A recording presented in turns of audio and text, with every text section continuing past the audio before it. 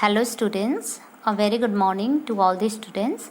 So students, in our last class we have gone through certain topic and we understood about what is matter and what are atoms and what are compounds and elements.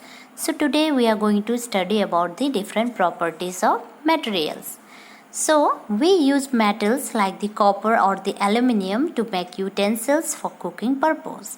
So students, we know that we use different metals in order to make utensils for cooking purposes. We never use paper for making such utensils because paper catches fire when placed on the burner of gas stove. So students, we never use paper in making utensils. Why? Because paper catches fire whenever we place it on the burner of the gas stove. So hence we choose a material to make an object depending on its properties and the purpose for which the object is to be. So students, hence from this we could understand easily that we choose a material to make object depending on its properties. Okay. So let us now study some of the properties of materials that would be important for their uses. So now we are going to understand about certain properties of materials that will be very important for their uses. So the first one is appearance. So I hope you know the meaning of appearance. That means you may just understand it like the first look or the outer look. Okay. So materials usually look different from each other. So we all know that different materials look different from each other. Sand look very different from wood. So students, I hope you have seen sand. Obviously you have seen, right? So you have seen sand also and you have seen wood also. Both of them are very different from each other. So wood appears quite different from plastic. So wood is very hard and plastic is soft. So plastic look different from aluminium. So plastic is also different from aluminium. Aluminium look different from copper or iron. So aluminium, copper, iron have some common characteristics that are not present in sand, wood and plastic. So students, there are certain common characteristics in aluminium, copper and iron that are not present in the sand, wood and plastic. Okay. So now let us perform the following activity to understand this. So now just go through activity 5 to separate shiny material from a group of material. The things that are needed are a piece of wood, copper wire, an iron rod, paper, plastic, an aluminium rod and a sandpaper. So these all things are required in order to perform this activity. So the method goes like this. Rub the surface of each material with sandpaper. So at first you need to rub the surface of each material with the help of sandpaper. So I hope you have seen sandpaper. So observe whether each material is shining or not. So you need to observe after using the sandpaper, you need to observe whether the materials are shining or not. Separate the shining material from the non-shining material. You need to separate the shiny material from the non-shiny materials. So what you observe is the surface of the materials like the iron rod, aluminium rod and the copper wire are shining.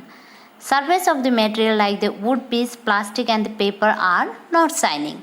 So I hope with this activity you could understand something that the materials like the aluminium rod, copper wire or the iron rod, they will shine. But the surface of the material like the wood, plastic and the paper will not shine. Okay. So students, the special kind of shine present on materials is called luster. So luster is nothing but chamak. So students, the special kind of shine that are present on the material is known as luster. So material like the iron, copper and the aluminium that have luster are called the lustrous material. Okay.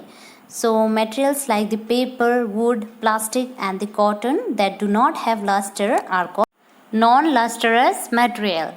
So I hope you come to know about the difference between the lustrous and non-lustrous material. So students, usually metals are lustrous. So metals are having luster. That means they have a certain kind of shiny things that are present on them. So gold and silver are used in making jewelry due to their lustrous nature. So students, we use gold and silver for making jewelry. Why? Because they have a certain kind of shiny materials in them. So some metals often lose their shine and appear dull because of the action of air and moisture on them. So students, there are certain metals that often lose their shiny materials because of the action of the air and the moisture on them. Okay, so we know that because of the action of the air or the moisture of the air, they become dull and their shine also becomes dull. Okay, so we therefore notice the luster only on their freshly cut surface. So we know that whenever we freshly cut certain materials having luster are very shiny, and whereas with the passing time their luster also become dull. So I hope it's clear to you students. Now you need to do the MCQs as your classwork, and after completing the video you just need to send it in the. So now moving on to second one, that is texture. So students, the first one was appearance. Now we are going to understand about what is texture. So when we touch different materials, we find that some are rough and some are smooth. So students, whenever we touch different materials, we come to know that whether they are rough or they are smooth.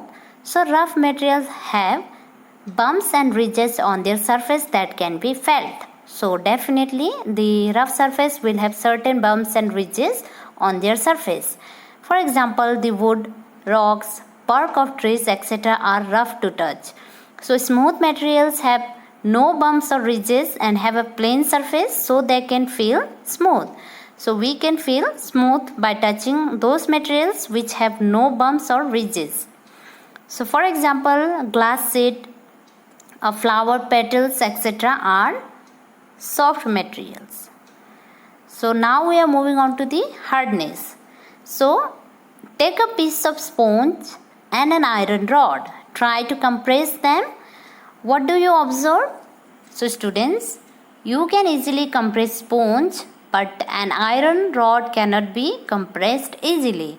So students, in order to understand hardness, we need to take two things, that is a sponge and an iron rod. So if we try to compress or press the sponge, then definitely we will be able to press it, but an iron rod, we cannot press the iron rod. So materials that can be pressed are called soft materials. For example, the foam, melted wax and the sponge are soft materials. And materials that cannot be compressed are called hard materials. So most metals such as the iron, copper and the aluminium are hard. Because of this quality of hardness, metal are used to make household utensils and factory equipments. Okay, so I hope you understood. So because of this hard quality, the metals are used to make different household utensils and factory equipment. So this is a foam and this is a sponge. These are the iron nails and aluminium cane. Okay, so we cannot press this one and we cannot compress this one, but we can compress this and this. Okay, so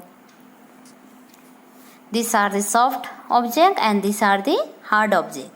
So do you know diamonds are the hardest known natural substance? So students, diamond are the most hardest known natural substance. So diamond are used for cutting glass and for grinding rock. As they are the hardest known substance, they are used for cutting different glasses and also for grinding the rocks.